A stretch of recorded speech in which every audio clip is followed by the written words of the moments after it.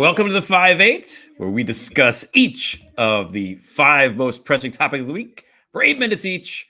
5 segments, 8 minutes, 2 hosts, 1 excellent guest. Little singing, a lot of curse words, and as many cocktails as we deem necessary. LB, how are you? Greg Oliar, I'm all right. I'm freezing, actually. It's like it's going to start raining again. I'm having tea tonight, everybody. Okay. Happy Friday. Happy Friday. Happy Friday. We're in a different location, I notice. I am in a hotel room in Midtown Manhattan in New York City. Nice. So I'm going to apologize in advance if the Wi-Fi sucks or if there's like truck noises, or literally as soon as I went to hit the thing, there's people shouting in the hall. Not sure what they're shouting about, or maybe they're in the room next door. I don't know. I don't know if it's an argument. I don't know what's going to happen. It's New York. Anything can happen. But here I am in Midtown Manhattan. You know what else is in Midtown Manhattan, LB? What else? I think that this is in Midtown Manhattan. Oh my God. Look at that. Oh my God. That's a billboard for your podcast. That's a pretty big billboard. Did you CGI this? This is a real thing. Look at that. That's real. That is that's not like somebody putting like the little posters on the scaffolding wood. No, which is great too. I love it. It kind of looks like that on the side though, doesn't it? It's like I love it. Yeah. It's beautiful. As it should be. Should be. It's a beautiful series. A lot of people worked really hard on it. So yeah, I know. Yay. I'm not there. I thought I was going to be able to be there, and then I'm gonna go tomorrow, and I'm gonna find it myself. Thank you, Greg. Yeah, take a picture. I want a picture of you in front of it. So that's what I'm gonna do. That's my plan anyway. Could only do what we can do. The billboard. So I'm still sick, as you maybe can hear. My drink of the night is cough medicine, which I took before. Took a nice shot of Robitussin. Nice. I've got this vodka thing that I found in the fridge. So, you're going to bed. You're knocking yourself out with Robitussin and a cocktail. For 3 hours. It's good. It's all good. Okay, good. Ready to go. Well, try to stay awake. You might get a little loopy. I might have to take over here. All right, listen, I want to get to it tonight because first of all, I want to, I'm feeling bad about how bad you feel. And it's cold here, and I want to get to our guest. Yeah. All right, so let's start off. Here's our first 8-minute segment, everybody. All right, Greg. What about the special counsels? What's happening? Special Counsel Palooza! Because tonight, the title of the episode is the Special Counsel Special. I know that there's reasons for why Merrick Garland did this and that he's trying to be fair and blah, blah, blah. And there's good reasons why maybe this might help the Trump indictment because how many, is the special counsel even special at this point? I mean, isn't every third American a special counsel now? I want to be a special counsel. I've got a lot of special counseling that I can offer. If you pay Elon Musk $8, you too can be a special counsel. It's Lucy with the football, except this whole thing is like walking up to her in the psychiatrist, booth. 5 cents, special counsel, 5 cents. The other thing is, I don't know if you knew this. I did research. This is true. There is a memo from the DOJ from 1973. Oh my God. I don't know if you knew this, that says that all special counsels have to be dudes. Can't be a woman and be a special. Can't be a woman. No. Are they people of color? Are there dudes? Are there black dudes? Are there Hispanic dudes? No. Are there? No, I think actually this guy, the guy that he named is Asian.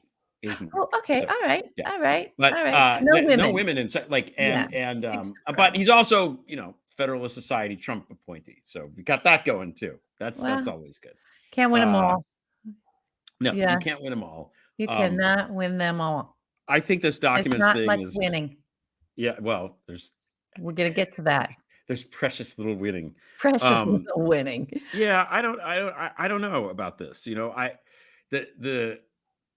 Many people have pointed this out that the Biden documents, which no law was there's no evidence of any laws being broken here. It was, oh shit, we found this. We better do the thing that you're supposed to do when you find these things.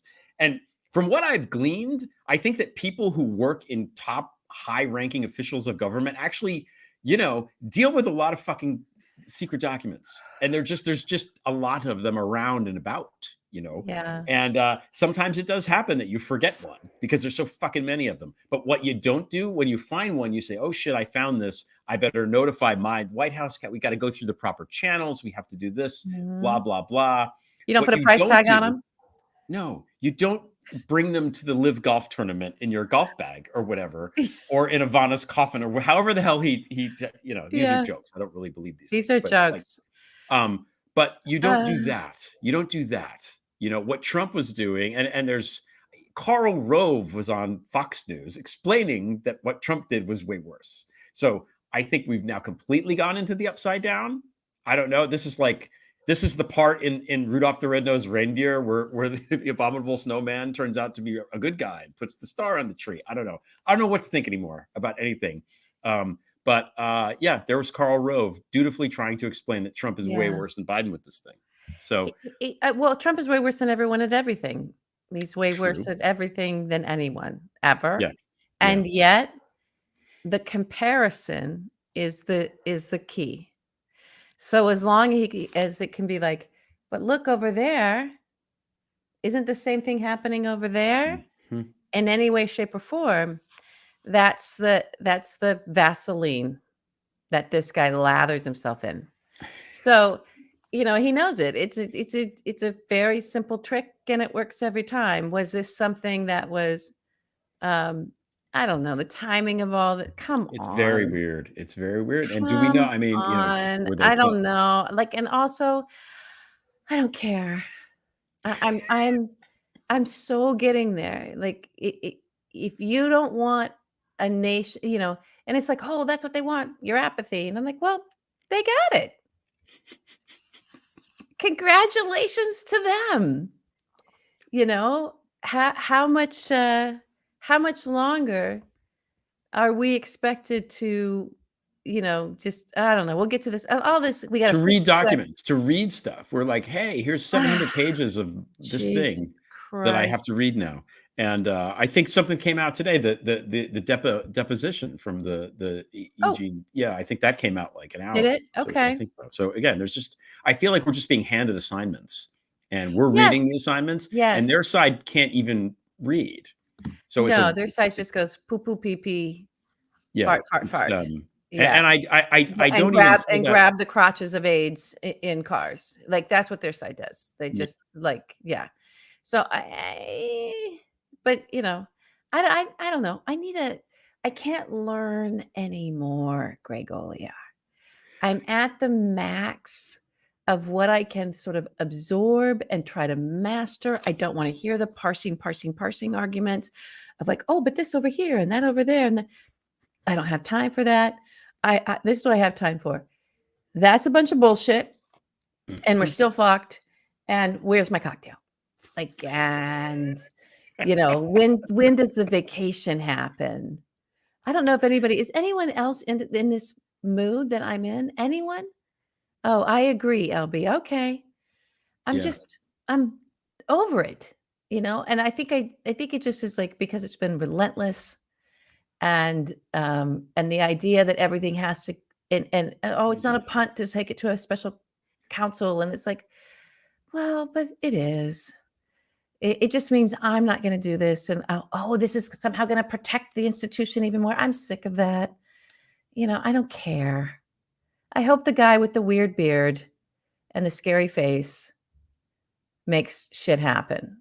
But his name is Jack Smith, and I feel like I'm in a video game. Oh, I thought you were talking about Seb Gorka. Oh Face yeah, here. well, he might be a Describes a lot of special people. counsel too. I He'll don't be know. next. Well, we're all special counsels, Only wealthy people take that position? No, I'm fucking somebody said that. No, not only wealthy people take this, but I'm not I'm fucking having to work. I gotta work. I gotta pay attention to my family. I got other shit. I can't keep prioritizing my time onto garbage that goes nowhere. And then try to, you know, learn how to be a lawyer, and learn the levels of the Department of Justice and what memo works here and what memo works there. That's not sitting around and learning all that. That's privilege. Having to go, fuck it. How does this affect me in my life? I got to get out there. Holy shit. My industry's crumbling. I need to make money. That's my world. So Yeah. thank you. I think True Player has a good point here. The thing that we really need to be talking about, this should have been a topic, is gas stoves. I'm I don't stupid that I understand didn't. this. What is this? There's apparently this is the new MAGA crusade because the woke mob is coming for the gas stoves. Why? Why would we come for the I don't know. I'm not part of a woke mob, but Somebody said this is 10 this is I the think. garbage and the Yeah. horse shit. I'm not interested in your weirdo culture war that's now about back to kitchen appliances. Somehow we always end with a Keurig machine I'm not interested. I forgot about the Keurig machine. I'm not interested in your idiocy. Yeah, it's not. I'm not interested. Sorry, everybody. I don't mean to be that person, but I think I am now. Okay, we're on topic number 2. Topic number 2 is I'm going to say it. Meet George Soros. Meet George Santos. I almost said George Soros because, again, simulation. Meet George Santos. Okay. Meet George Santos. Meet George Santos. Okay. Okay, so here's the thing. This is it's kind of in the same lane as I don't care anymore, except it's a little bit of caring. And the little bit of caring is I don't think there's been so much lowering of the bar and through it so much information and such a fire hose of stuff that and the press is just doing it's just rolling and then just reporting on things like it's watching it on television instead of having any critical thinking and discerning fact and calling out lies. It's never going to do that. It's never going to do it. They're never going to do it ever. They're only going to infotain the environment around them and give their opinions there and then say they can't give opinions anywhere else. They're never going to do it. So a little bit of us doing, I'm just going to read 3 sentences that are factual about George Santos so that we can absorb this. Are you ready? I'm ready. I'm excited for this. Okay. Fact sentence number 1. Wait a minute. I'm looking at the wrong thing. Sorry about my swearing. Meet George Santos. Okay. He lied about his mother's death in 9/11.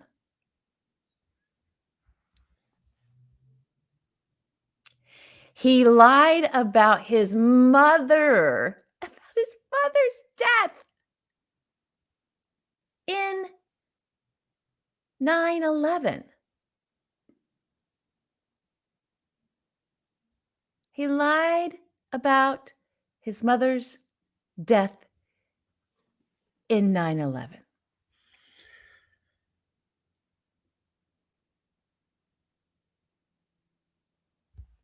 He lied about his mother's death in 9/11. His mother's death. He lied about it. Yeah. And the lie was that it was in 9/11. Yeah.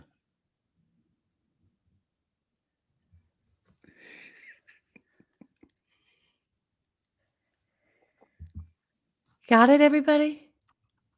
Okay. What's my next one? Oh. I can't even say it. He lied about being Jewish and that his grandparents were Holocaust survivors.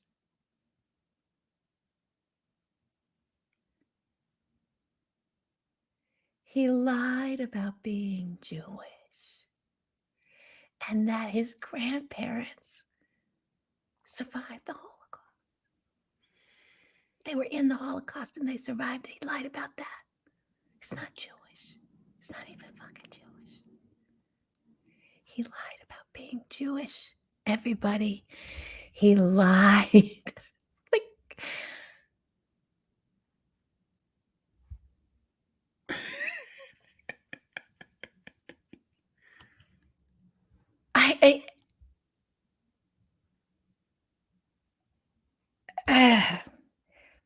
Okay.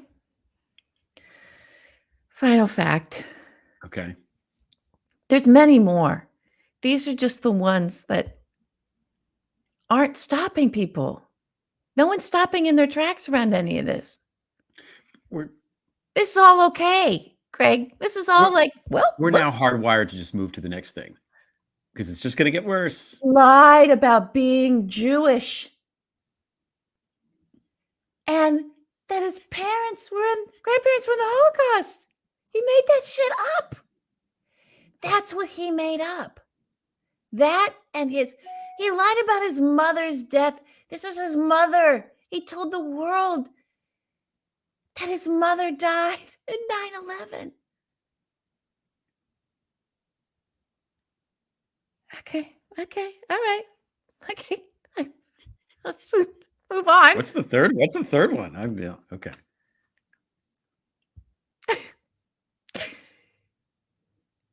That's so hard to say. Okay. He worked for a Ponzi scheme and took campaign contributions into his campaign. This one. Okay. From a confessed foreign human trafficker.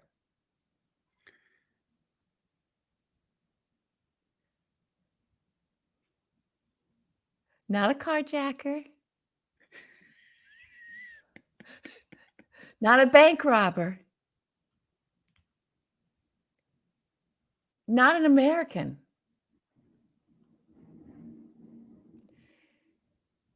A foreigner who confessed to human trafficking.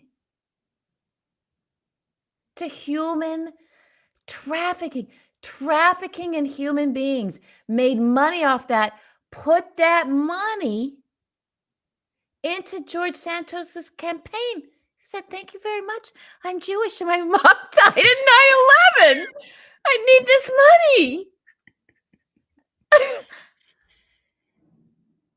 I understand that, he's a spy, he's an operative, I get it. I get all of the theories. I get none of that matters. This is we can't even get to that. Because I personally can't get past lying about his mother's death. Who lies about their mother's death? Oh my God. And that it was in 9/11.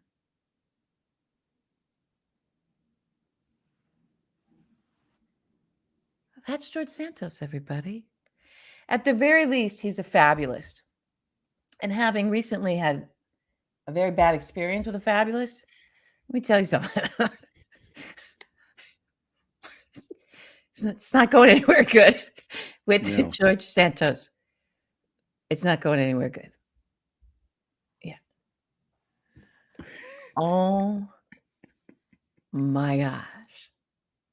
He lied about being Jewish.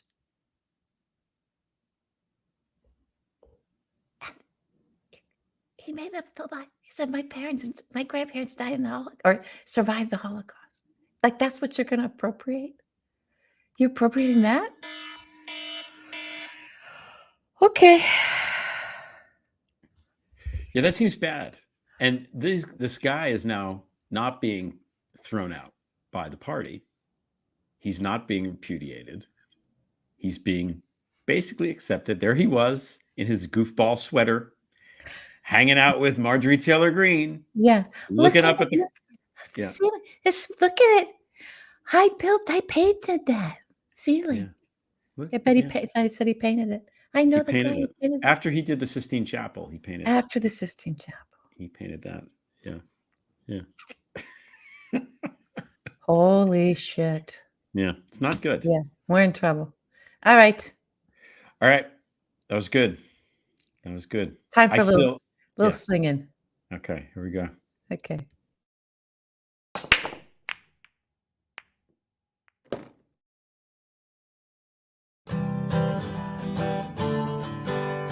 Margie Green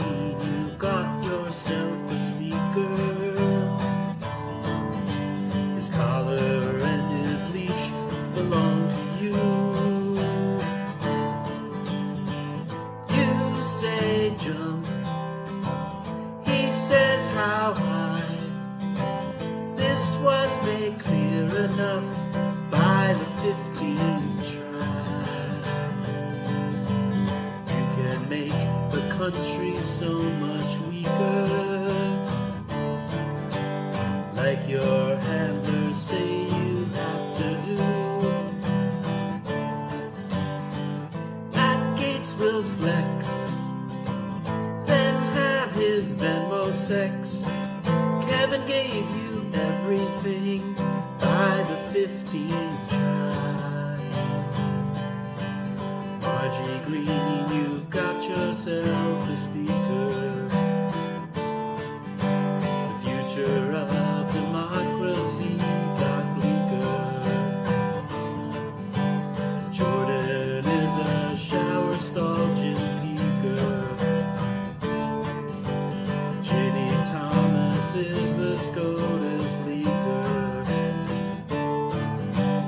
You will make the country so much weaker. Margie Green, you've got yourself a speaker.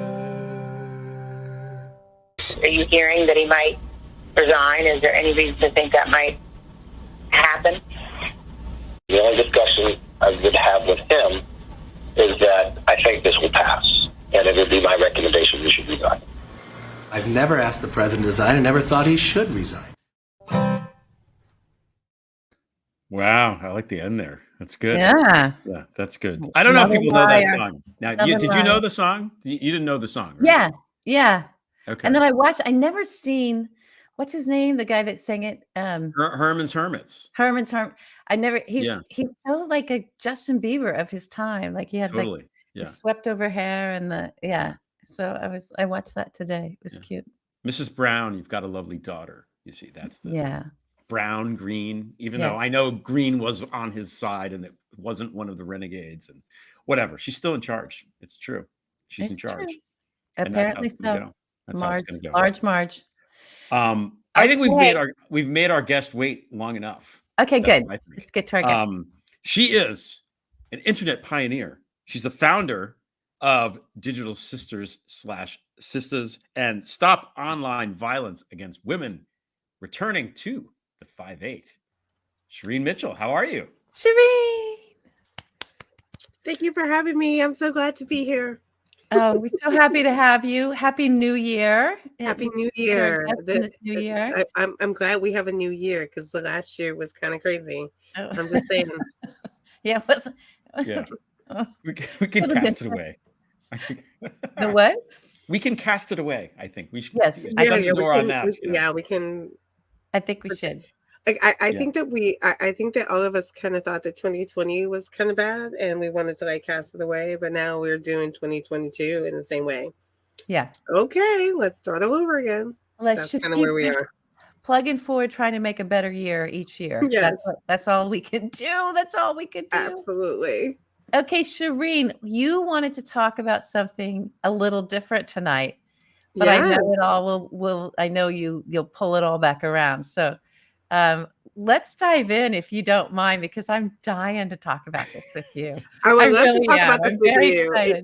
And I can start and then we can go back around about the versions in between. Yeah.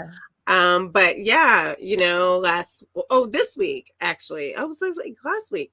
No, Harry's book came out, Prince Harry. Prince has H, who is what Meghan calls him, put out his book called Spare. And I've seen the uproar. I've seen the British press become a mess. Yeah. And I've listened to the ways in which the conversation's been happening across the board. And there are multiple things that I come away with, which is like, I listen to British people, I listen to American people, and I do my best to try to make sure that like, I'm not, I'm being as objective as I can. And there's some objectivity I can hold and there's some of it I can't. So you're going to hear it. Okay. The first part is, the British people were colonizers. Like, let's not make sure that we like pretend like that didn't happen and that America didn't do the same thing. Can we not? For the monarch, though, in Britain, for the monarchy. And the monarch still exists. Yeah. So, like, the monarch still exists. We got rid of the monarch. There are Black countries that have the monarch still as a priority, despite whether or not they have any control over the country. And I always think it's funny that people don't understand the distance in between that. And I also think people don't realize that there are plenty of Black countries that would like literally want to remove the monarch. This story, though, is really important, mostly because this is someone from inside the monarch basically telling the story about what his lived experience was. Right. And also watching it from inside and then watching what happened to his mother, who, by the way, one, got separated by divorce, but two, was dating a Black person. And that was the fervor of which he's now living through. Because guess what? He ended up with a Black woman as his wife. How did that happen? The key to this is that we have to also admit that at the end of the day, that we have a difficult conversation about race. Yeah. And despite what Harry's doing in terms of like the decisions that he's finally made, he did live through I think he said it in one of his interviews that like, I think I lived a bigoted life. Yep. Colonization, monarchy. Yeah. Yes. You're a prince. You are a prince. Based on eugenics. And you were discovering. Maybe. Yeah.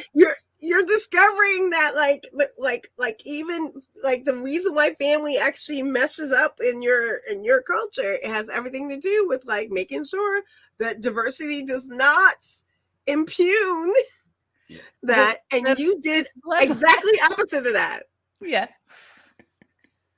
Oh my gosh. Okay, I have questions for you. So first of all, this question occurred to me of, the hatred that was directed towards Meghan.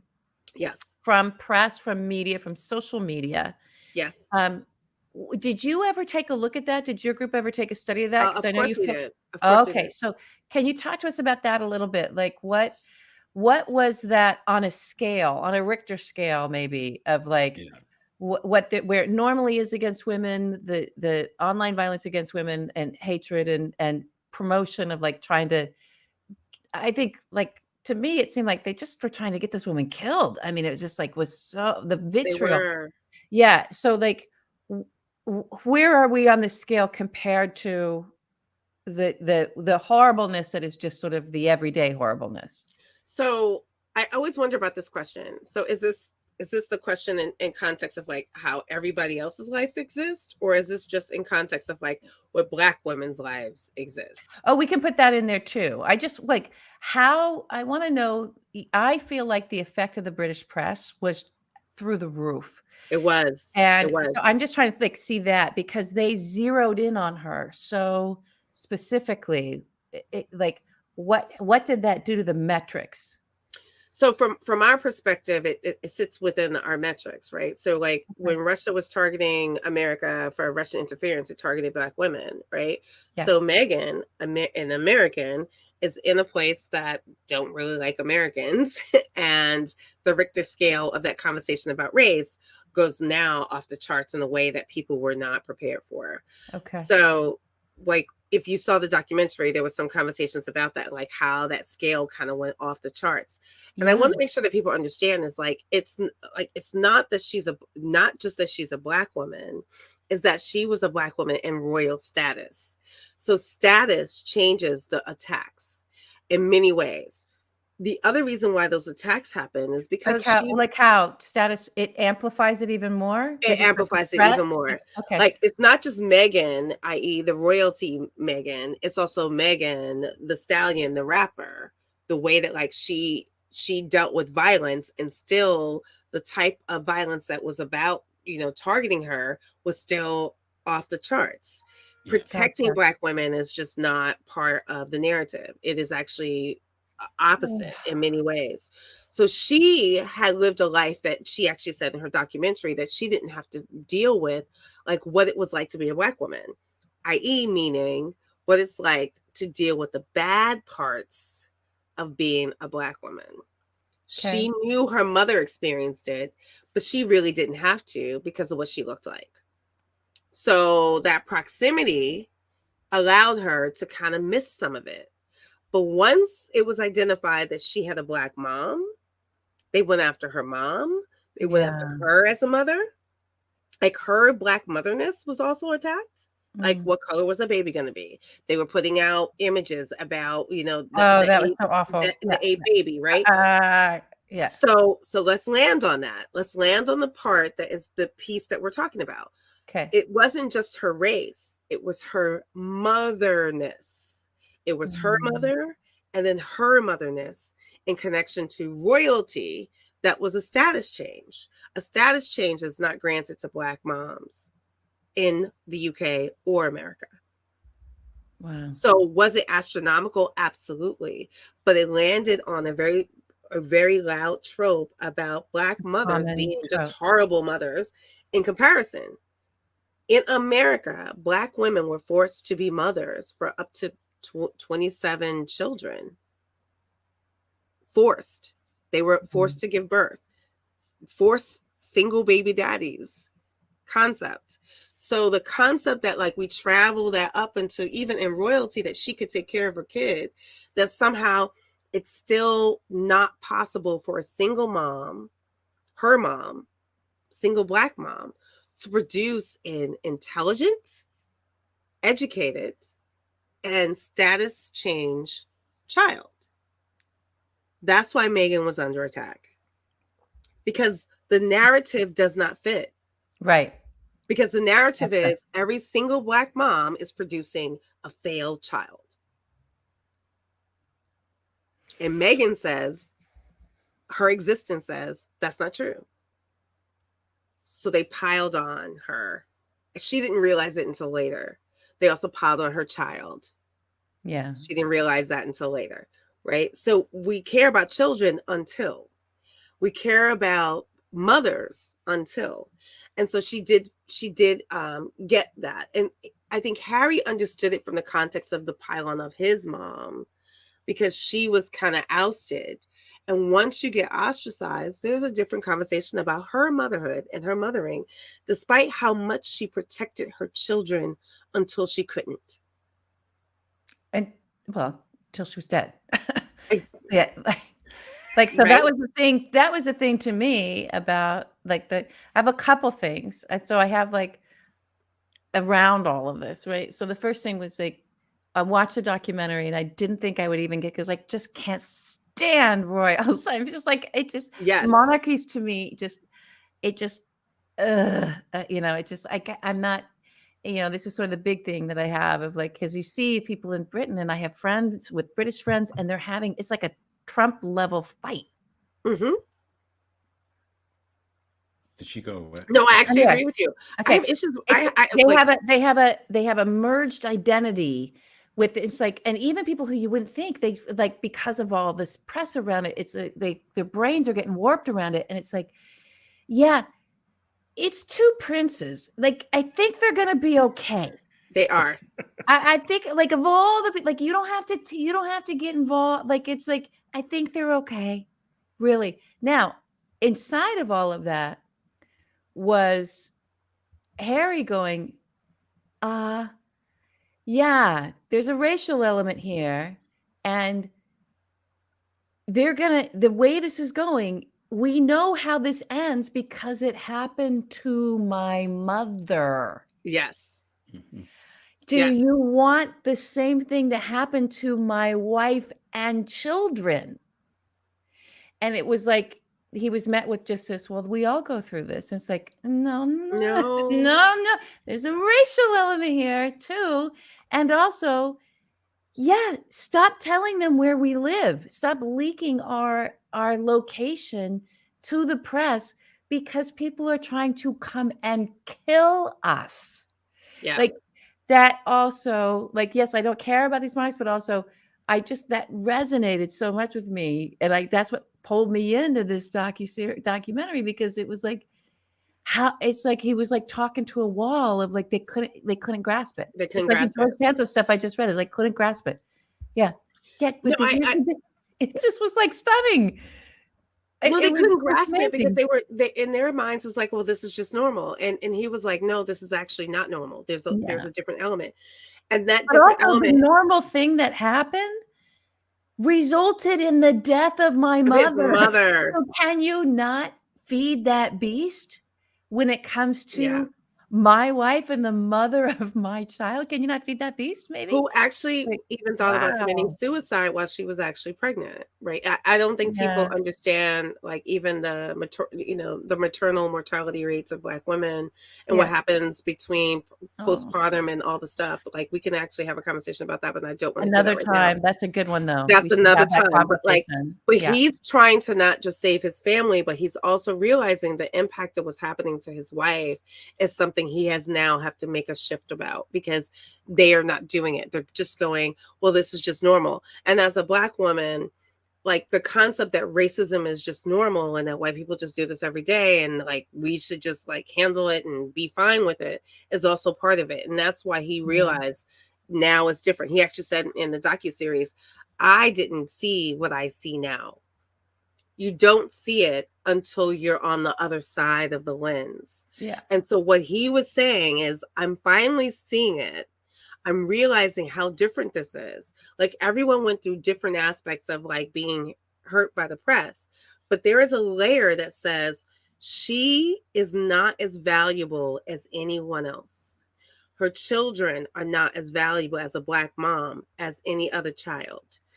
That layer is drastically different. And he goes, oh, I now see the layer is different. I thought that we were all working on the same playing field of this conversation. Now I realize that actually her life, her being harmed, was not an issue, because Black people being harmed is normal. Because somehow it's Until it happens, and then it's then it depends. It depends how it happens. I think in this case, in this who case, does it. yeah. Because if we can go into the Black on Black crime conversation to like give cover for that, right? But until it happens, and then we have to have a conversation about whether or not it was justified or not. Then we have to decide whether or not that person was a victim or not. Then we have to decide whether or not they were their life was valuable enough to not be killed, right? Like, those are the things that happens after the thing happens. And what Harry was saying is, I'm not willing to go there. This is the line I'm drawing. Yeah, I'm willing to leave my family, the family I was raised with, the life that I knew, to protect the family that I have, my wife and my children. Yeah. Good for him. And I would say on average, not only the UK, but Americans are not used to hearing that someone would leave everything, even money, behind to protect their family, but most importantly, protect a Black mom. This is all really fascinating. Thank you for fascinating, and there's so many layers to it. Yeah. So much to think about. There's a lot to think about. This is awesome. Just think about what I'm saying, because like I know we can have another conversation about it, but think about this is let it sink in. Let it sink in. Let it sink in show tonight. Yeah. Let it sink in. Yeah. And that he made that decision. And he didn't just make that decision lightly. You can't make a decision like that lightly. No, and then even in making that decision, didn't really understand that it would mean, and when you pull our security, at the same time showing our location to where we've got people showing up on our doorstep that we don't know, where there's death threats coming in through the roof, and we're about to get locked into this position because of COVID. Holy shit. Exactly. Like, that was, for me, it was like, as soon as something, I don't care what people have about, personalities, whatever. Exactly. When it comes to like somebody's life, and your family can't show up for that. It's really important to understand not only the level from the family perspective, but also understand it as she was even begging, like, don't protect me, but please protect my son and my husband. Yeah. Even she was saying, I'm fine not being protected, but not like protect my children and my husband. It's terrifying. So just think about her having to say that. That's what I mean about like the fact that he gave all that up to also protect her. He like some of the documentary he actually said he was like she gave up her life in America for him, and then he decided to give up his life in the UK for her. Yeah. They are both operating in spaces where they had to give up something just to be together. And I think that's a conversation that we can have at a different time. But just even thinking about that, they are literally locking in, protecting each other. And I still have my issues with Harry understanding the family that he was born in and what royal colonization means. Yeah. I think he's learning. I don't think he understood that before this moment. I do think that there's a different conversation now we can have about the royals, but we also can have about even America. Because where is he now? In America. And we have a history of doing some really horrible things to Black mothers. Oh, okay. We do. You landed that plane there, Shireen. I'm just saying. You landed that one. Okay. Speaking of colonization, Brazil. We move now to Brazil. Do we want to move on to Brazil? Are you ready? Okay, these we're going to time. Yeah. Here we go. Okay. We got 8 minutes. Oh, thank you for letting me do that without it being time. I thought I was never waiting time. for the thing to go off. Our guests. Yeah, we decided that it's so much more. Yeah. We want to hear from you. Yeah. We don't want to. Yeah. When we first conceived of this show, LB was like, "We'll have the guest on, and after 8 minutes, when it beeps, we'll just turn them off and rip them send off them away." the screen. Yeah, Okay. freeze them. Whatever the facial. Never did that, like the dunk tank at the county fair. You're sitting there, and I hit them, and whoo, you fall into the water. No, we don't do that. We like to hear from our guests, as it turns out. Thank you so much for having me, and I appreciate that. So, okay, I'm ready for the 8 minutes now because this one is going to be important. Let's talk about Brazil. Yeah, let's talk about Brazil. So what happened? There's a lot of weird data points with Brazil. First of all, our friend George Santos, we think he's from Brazil, I guess. I don't know. It seems like maybe that's where he's from. Is he even He's a got U.S. money? citizen? Evidently got money from Brazil. I don't know. Like we still don't know that. Yeah. Yeah. There's a lot of crossover between the Bolsonaro. I can never say his name right.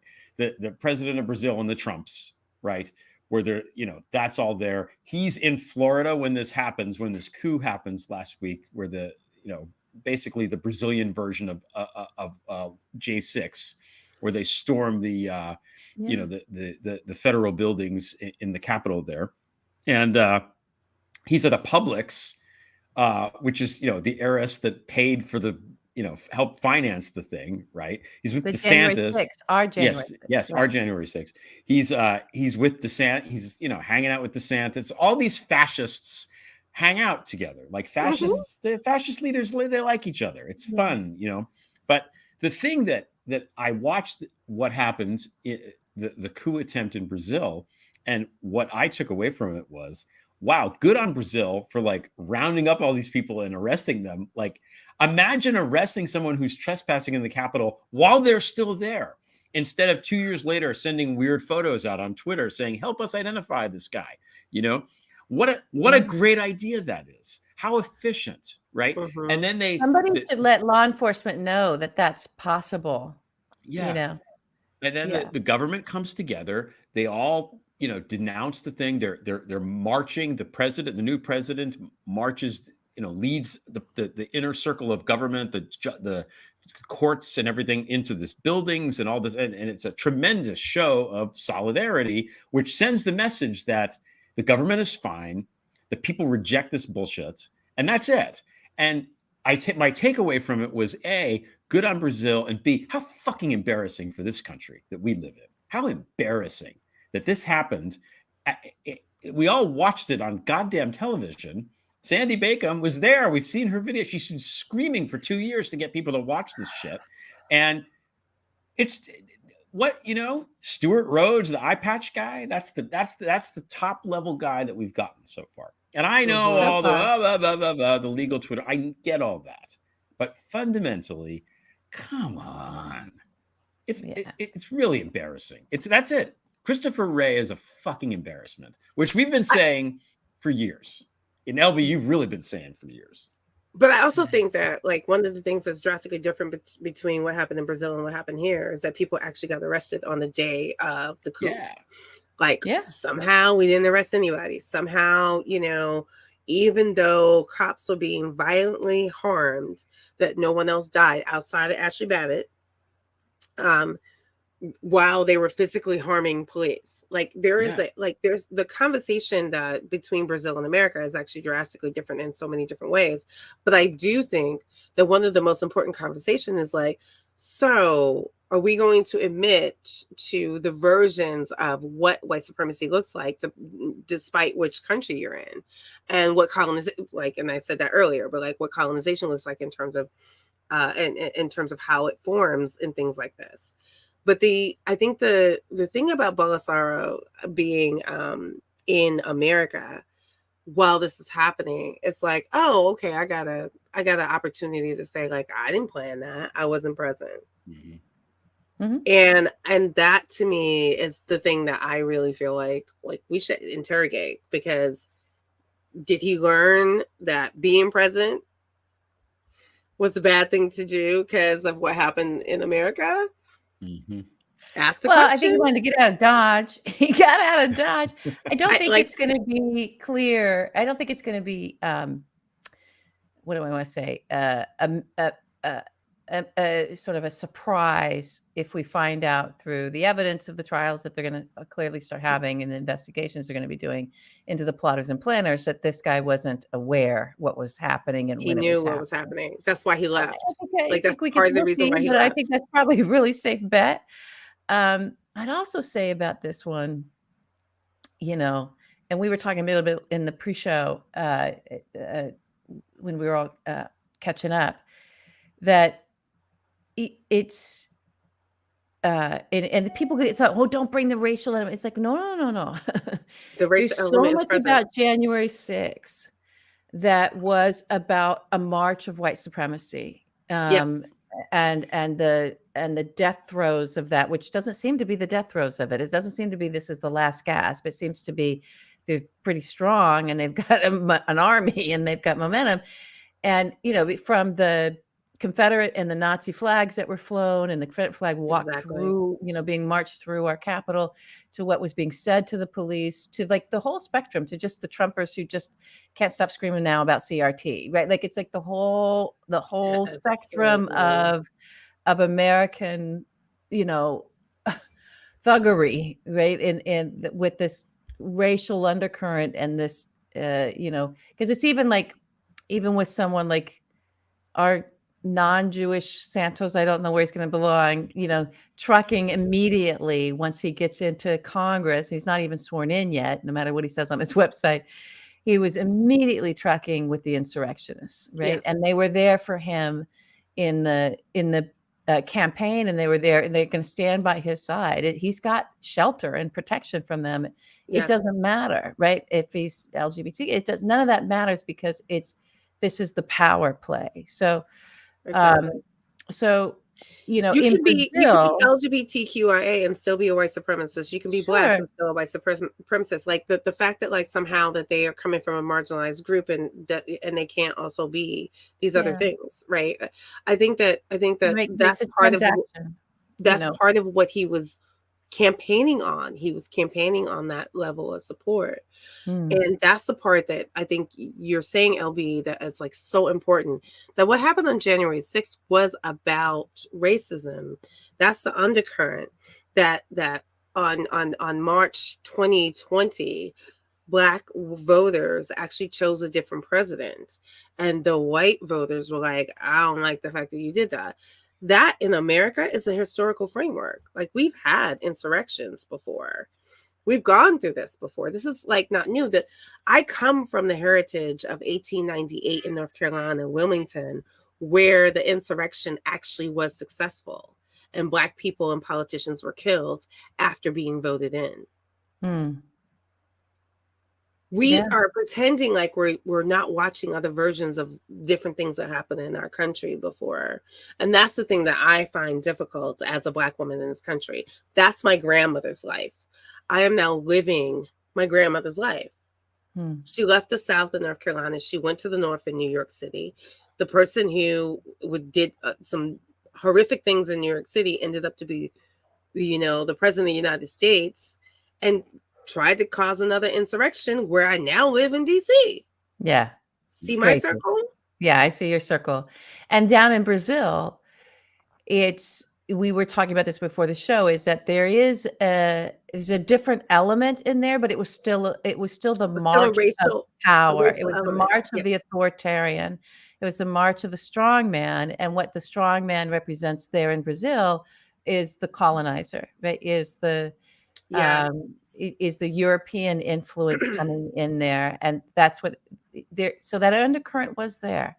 It was definitely there. And I think that people who don't understand like the colonization of Spain or colonization of Portugal and the language that happens in there, that's what we talked about a lot, about like not understanding the language to realize what was happening. But I do want to say that there was on actually social media, like when it was people were picking up that's actually happened on social media here. Yeah, but it was actually an opinion piece out of Bloomberg that basically identified all the things that was happening, and that even though the Spanish language and the Portuguese language was happening, they still did the hashtag Stop the Steal. That's an American hashtag. Yeah.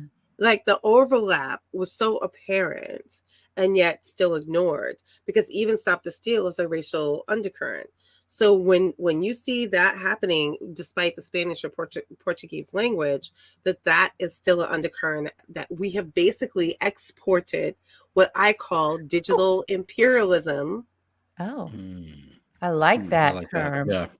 About the ways in which we frame what is actually happening around the ways that we get people to decide to try to overtake an election or decide that they're going to change what's happening in their country because somehow the Black and brown people are taking over too much of it. Shireen. I felt that one. That's good. That's good. Digital imperialism. Yeah. We exploited it. Yeah.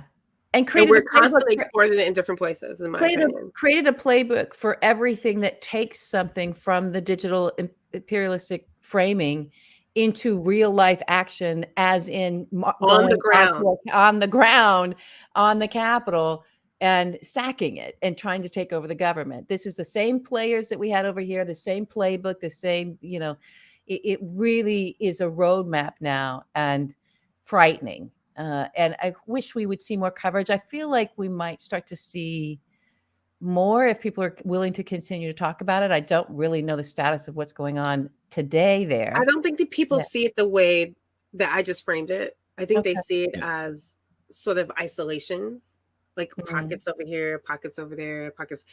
If you put them all together and kind of land the timeline across, you can see it. But if you separate them, they look like, oh, that's just random. It just happened in this moment over here. And I think the timeline about the whole thing from like 2016 to present, if you actually dropped each of those in, we can see the ebbs and flows of that digital imperialism being exported. This feels like a book. I know. Another day, people keep asking me to do a book, and I can't. Shireen, I feel like it's a book. Yeah. I do. One last data point. Yeah. One last data point on Brazil. Gal wants to, CPAC was held in Brazil just before the election. Yes, it was. Important data point. Thank you, Gal, Thank you for bringing it up. That's so important. Absolutely is what happened. Yeah, it's all the same. They're all together. But the playbook is the same. But can I say one last thing about this part that I think is like difficult for people to try to grasp? But think about the levels of Southern strategy, Jim Crow, that was exported into the World War II, right?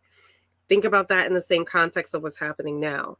Like, we are watching different versions of it. We have different names for it. People are calling it different things.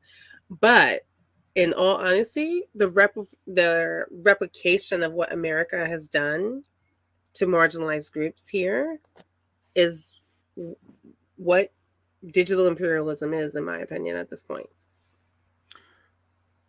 Harkening back to that, it reminds me of the argue with this. The documentary Exterminate All the Brutes is about it's about a lot of things, but one of the things it's about is that we in the West, in the United States, we like to pretend that the whole Hitler Nazi thing was this isolated incident, but really all that they were doing was copying what we did to the natives here.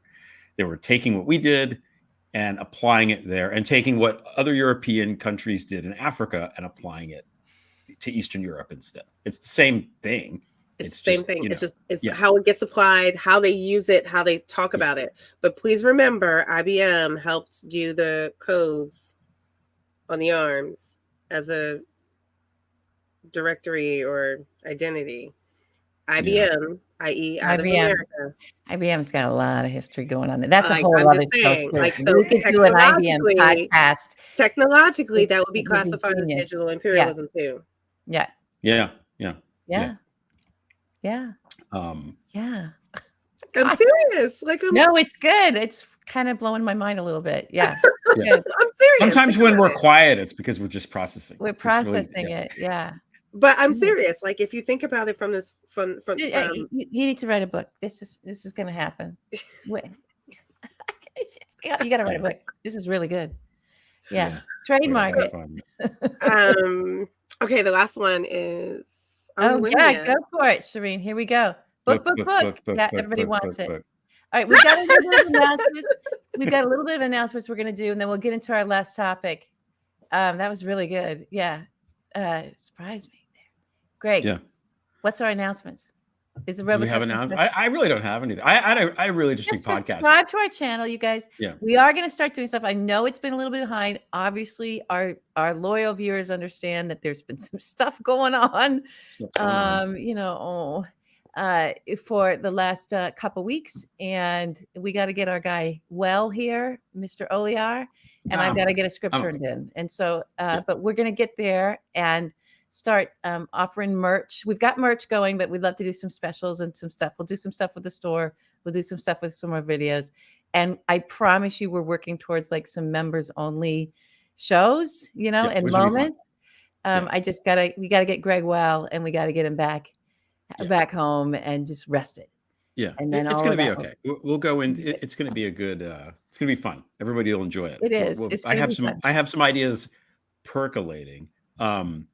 Yeah. My only announcement is I had Ron Pollard on my podcast today, and he bought these paintings, which turned out to be, and he bought them from a German guy, a dealer who got them from because he bought the contents of a shipping container, and they contained paintings from these Russian avant-garde painters from the 1920s, 30s, whatever.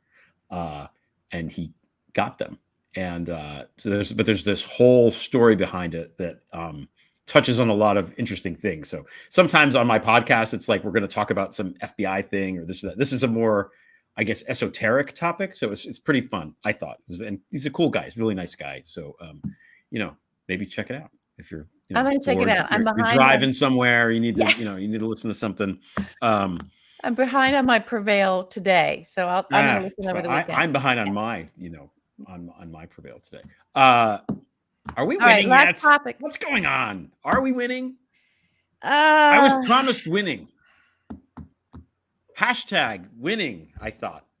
Okay, so you said something too before the show that I thought was like, it sort of encapsulates all of this, right? So everyone remembers the moment where Rick Wilson was like, everything Trump touches dies. Yep. And this was back in like 2017, and he says it on there, and it's like, oh yeah, everything, this guy, just watch out, it's all going to go bad for you.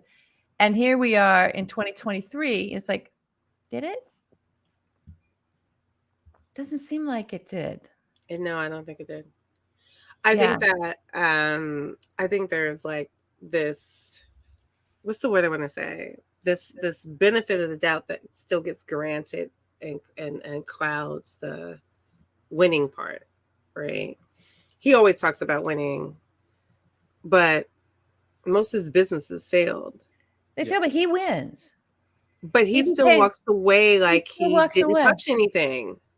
He's covered in Vaseline, this guy. Right? Like he didn't touch it. None of that happened. Like, did you see the recent thing where it's like, the CFO is now going to serve time. Nobody else. 5 months. 5 months for 15 years of tax evasion, and they could have charged him for even more years. Exactly. Yeah. So are we winning though? Or are we winning in the way that, like, can we admit that the system was broken winning? Yeah, that's probably the way to put it. That the way that we're winning the broken system. Yeah, the system we're is winning broken. the broken system. The way the system is broken. That's what we won, a broken system, Shireen. We won a broken system. Yeah, and I think for me, it's also like, again, this idea that the window has been moved, the Overton window has been moved so far that it now, boy, and so much corruption and corrosion has happened. And not just our institutions that people are like, we got to protect our institutions, but certainly look at what's happened in the Supreme Court, right? Look at how that's just been co-opted and by one very weird sect within one political party. It's frightening, right? Look at what's happened with our two-party system, with our other branch of government, right? The Congress, in terms of these guys are all in. They're all in on just destroying democracy. You even had their little young, thought leader, Charlie Kirk. Was he tweeting or something? But very recently said, "But we're against democracies now," and this is like they're now. It's okay to even say. So you're saying the things that I've been watching in terms of like the winning part is like, okay, so people are like, I'm against anti-racism. So you're against anti-racism. Don't you know the definition of that? That means you're a racist. Like, are we on the same page? No, we're there. They're fine with that. Yeah, they're fine. Now all of this stuff is fine. It's fine. It's all fine. It's fine to lie about your mother's death. It's fine to lie about your mother's death. Yes. Your mother's death in 9/11. That's fine. That gets an arm around you from a political party. So this corruption is in there, and God only knows how much they're owned. And oh my God, the criminality is off the charts. So all of this, and then we have our fourth estate, which is just, there was one clip a friend of mine showed me today, very interesting, and it's of all people, Andrea Mitchell, who has very difficult time articulating and staying in the moment anymore. God bless her. It's not working out. I'm sorry. I gotta weigh in on that. But so there was many things happening in this clip, but she was talking to Garrett, whatever his name is, on the Hill, one of the reporters, one of the journalists that covers the Hill for MSNBC, and he was talking about the vote, right? Because we had a vote either today or yesterday. I can't remember. I've been really working, guys, so I'm a little out of the loop on timing. But on, the Republicans in Congress said they're gonna go for it. It's not gonna work, I hope, but they're gonna try to do a federal abortion ban, right? So this whole thing was coming in. And this guy had spoken to one of the women that were Republicans that was voting for this. It seemed like she kind of flipped her position. And he said she's pro-life. And Andrea Mitchell stopped him and said, you got to stop. We can't use that term because it's not an accurate term anymore. And, so they're not pro-life. They're anti-abortion, but they're not so she corrected him in the moment. And he sat there, he just went like this. I'm just telling you what she told me. And what I wish had happened from Andrea Mitchell, but God bless her, she at least stopped him, because that's the job. It's like, is the next step. It's like, well, you don't have to carry their fucking think tanked talking points that are based on lies and not reality. We're not here as the press to just carry their talking points as if those talking points are fact. We're not their mouthpieces. Mm-hmm. There's a difference between being a mouthpiece and having a platform to hold power to account. So we've lost all these things that were supposed to be checks on power or hold power to account. And the only thing left is the voting booth, which is, we don't get that. That's not a regular thing. And that's getting all corrupted. We've got voter suppression. It's been awful. Gerrymandering, terrible. We're trying to get on top of this. And the Department of Justice. That's it. Everything's gotten boiled down to that. And the Department of Justice on these issues, when it comes to public corruption, gets boiled down to one guy. Now, one old white dude, the AG. It gets boiled down to that guy. Will he or won't he? Will he or won't he? Or will he find another white dude or another dude, certainly not a woman, to because he can't do it, so this guy will do it. But it's still his decision. We've positioned ourselves as a nation, this great nation with this incredible history, this incredible democracy, this constitution, and 370 million people have boiled everything down to an old white dude. So are you going to save this thing that we've got? Because all these other checks and balances have been either corrupted or co-opted or are fake. That's and this guy, I'm sorry what anybody says, you defend him at left, right, and center, fine. He's a dud. This is a dud. This is what a dud looks like.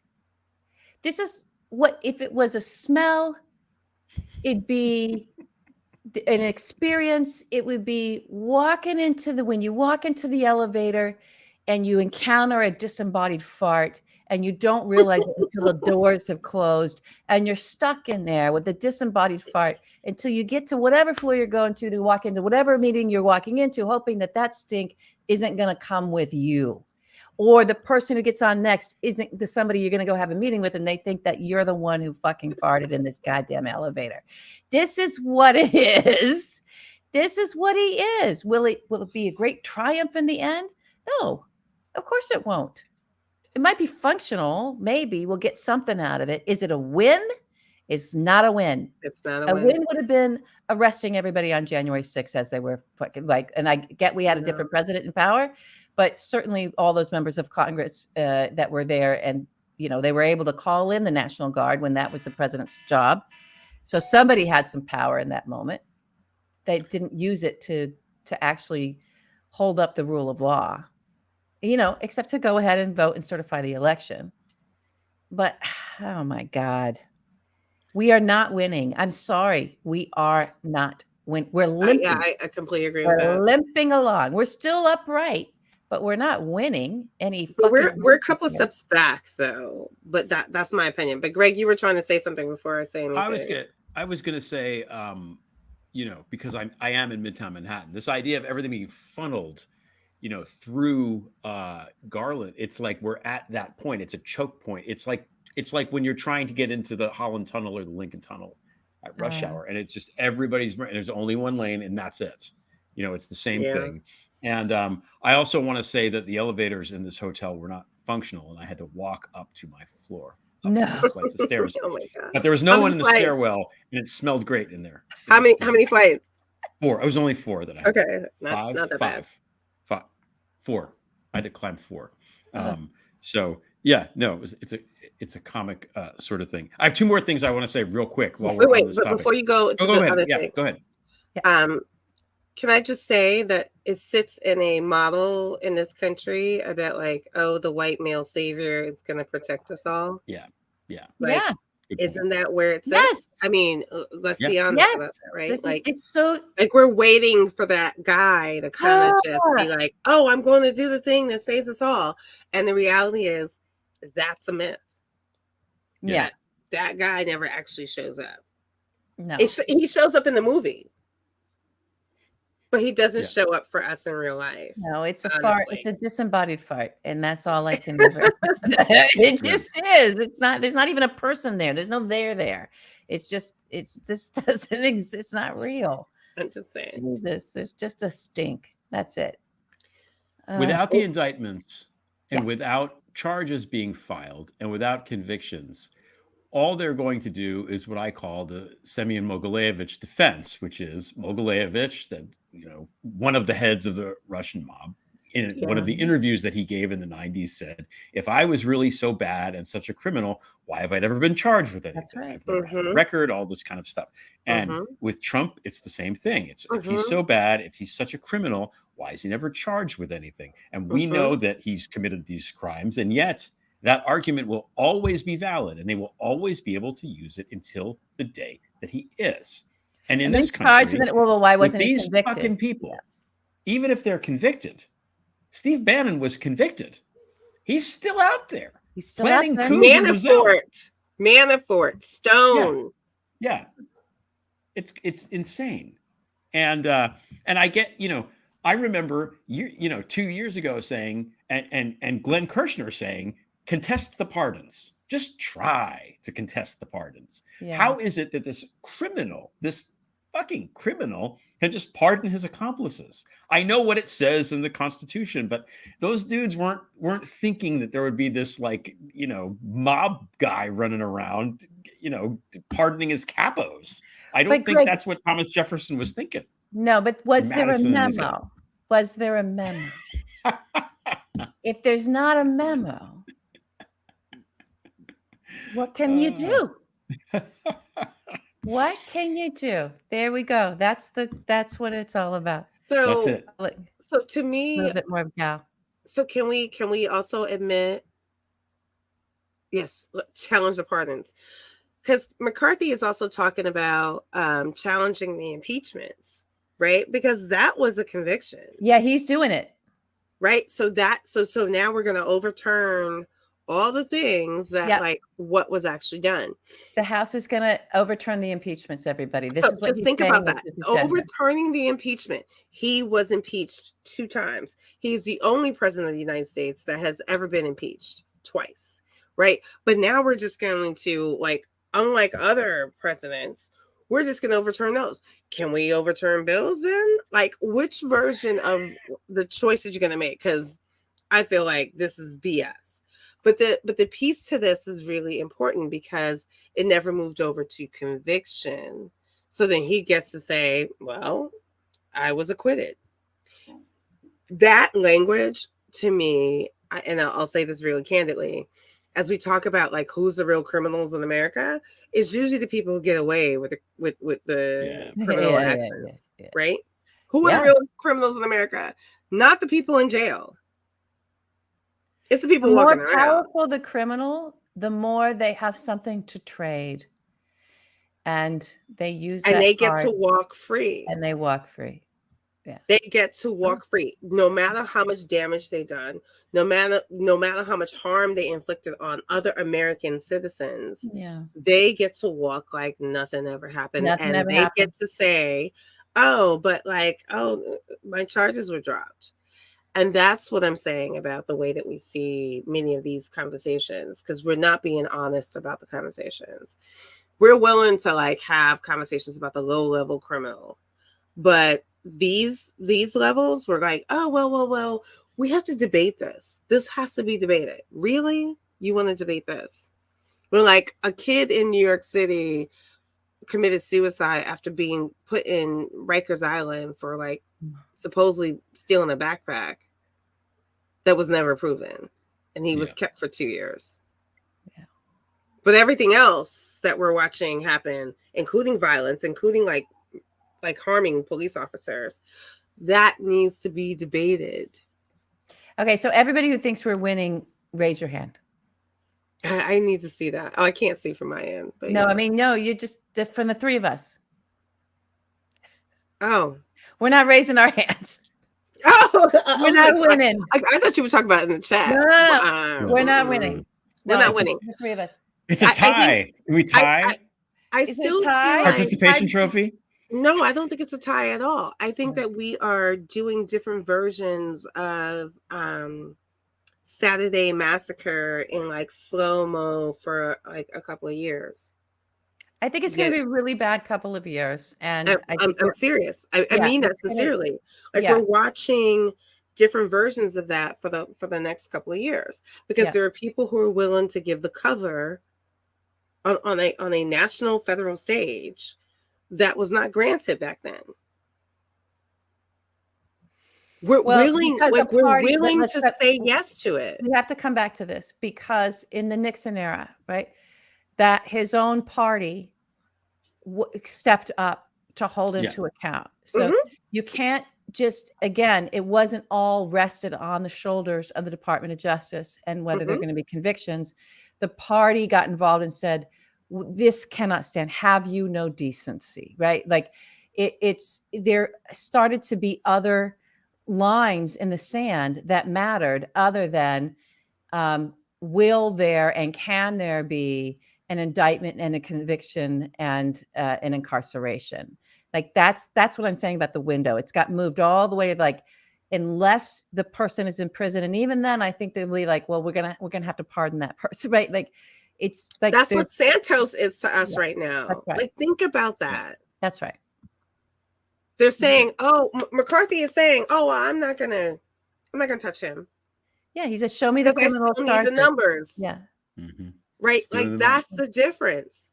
That's the difference. And so that's where it does. There's no denying that everything's been boiled down to either us voting when we have opportunities to vote, and hopefully that goes well, and the Attorney General. Every other check on power has failed. That's not winning. Yeah. The truth is, in almost all the checks on power, there's been like one person that like did the check. Like, that's the scary part, because that one person may not be present. That's right. Like what happened on January 6th. Like, Pence was like, I'm going to follow through. They tried to get him in the car to get him out. If he wasn't present, the check on power would have been removed. That's right. He stayed. Like, I don't credit him for anything else that he's been doing or anything else in between, but he did do the thing where he's like, I'm still staying. Had he gotten to that car, because they were like, your life is in jeopardy, and he was pulled away, he wouldn't have been brought back. Yep. He would not have been brought back. Like, just think about that for a second. That one move that he made changed the dynamics about where we got to certification for president of the United States. Still not winning though. But that's not a win. It's not a win. He's not even a savior. He's still protecting the person who actually put him in jeopardy. Who tried to murder, have him killed with his wife and daughter there. Yeah, crazy. Yeah. It's just like, it's insane that like he was the William to his Harry. Exactly. Okay. Yeah. That's it. That's how we land the plane. That's how we land the plane tonight. We can't land it any better than that. That was perfect. So, Shireen, we can find you. You're on Digitalsista on Twitter. What's the website? Our website is Stop Online VAWA. So Stop Online, STOP Online, VAW.com. But Digitalsista, you can find anywhere on any platform, TikTok, IG, and you can find anything that I'm saying or speaking about, our research that we share, the conversations that I'm having with you guys, the ways in which I think people should think about things a little bit differently based on disinformation, misinformation, and also ahistorical frameworks. Let's have that. I'm willing to have all those conversations if you're willing to have them with me. Oh yeah. And your book is coming out in next year. Yeah. Got to do it. It's the thing to do. Oh, it's been a pleasure. Thank you so much. Yeah. Thanks so much for coming on and joining us. And it's always great to talk to you and hear your take on things. Want to thank everybody for watching, and the chat was particularly lit, as the kids say, tonight. I have to go back and see it because it's good. We got a lot of really smart people that watch the show. It's fun. All right, I'm going to put my glasses on because I'm going to find this. I just want to let everybody know it is very difficult to scroll and find comments because you guys are really active. So I'm doing my best to find some great comments to highlight over the end reel. So I can't wait to see them. Okay. All right. LB and Greg, thank you for having me. Thank you for this conversation. I always appreciate when you bring me on, and looking forward to any other opportunity we can get to have in the future. We love having you. Yeah. Yeah. You gave us a lot to think about tonight. That was really good. It was great. All right. Good night, everybody. Good night. Good night.